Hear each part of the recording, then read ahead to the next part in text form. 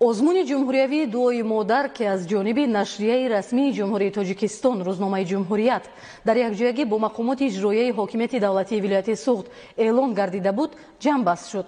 ғолибон бо диплом ва дигар мукофотҳо қадрдонӣ шуданд. маълумоти бештар дар гузориши Абдуваҳоби Абдусаттор ва Дилшод Юсуфӣ. озмуни ҷумҳуриявии дуои модар дар пайравӣ аз арзгузориҳои камназири пешвои миллат муҳтарам Эмомалӣ Раҳмон ба зан модар ва бо ин роҳ тақвияти ҳисси ватанпарастии насли ҷавон ва тарбияи онҳо дар рӯҳияи дӯст доштани модар ватан аз ҷониби нашрияи расмии ҷумҳурии Тоҷикистон рӯзномаи ҷумҳурият якҷо бо мақомоти иҷроияи ҳокимияти давлатии вилояти суғд баргузор карда шуд. дар маросими ҷамъбасти озмун таъкид гардид ки президенти мамлакат муҳтарам Эмомалӣ Раҳмон дар самти баланд бардоштани мақоми зан дар ва тарғиби эҳсоси эҳтиром ба модар ватан корҳои шоиста анҷом доданд. дар давоми 32 сол мақоми зан модар ба тадриҷ баланд шуд ва дар корҳои роҳбарӣ низ даҳҳо бонувони донишманду зирак пешбарӣ шуданд.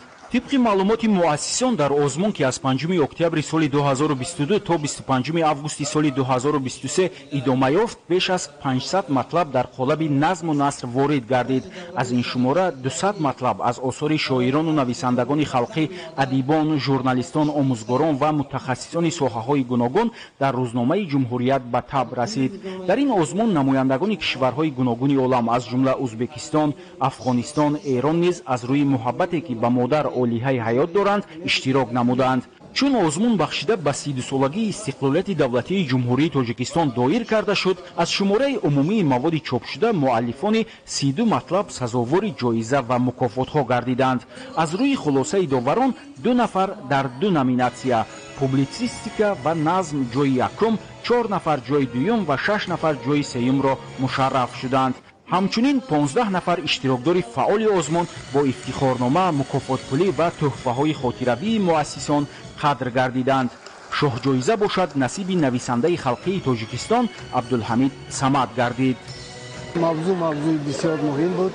این از اون هدایت هایی که پیشوای ملت پرزیدنت مملکت محترم ما همیشه برای نسل امروز و آینده برای احترام مادر تاکید میکنند. در همین ساعت بسیار عالی گذشت و از همه مهمش این است که مادر در ردیف وطن می‌ایستد. احترام مادر احترام وطن است. مواد نوشته من لگین نقرگین نام داشت و آن در ستایش مادر، احترام مادر، ارزش‌گذاری و زحمت مادر و همه انسان‌ها بود. اشتراکداران ابراز داشتند که آزمون‌های روزنامه جمهوریت مهمترین مسئله‌های روز و روزگار معاصر ما را فرا گرفته هدف‌های بلند ملی و معنوی را پیگیری می‌کنند. در این روز به مناسبت قدردانی غالبان آزمون جمهوریوی دعای مادر از جانب اهل صنعت و هنر ولایت سوخت برنامه با شکوه کنسرتی منظور کرده شد. عبدالوهاب عبدالستار، دلشاد یوسفی، ولایت سوخت، اخبار.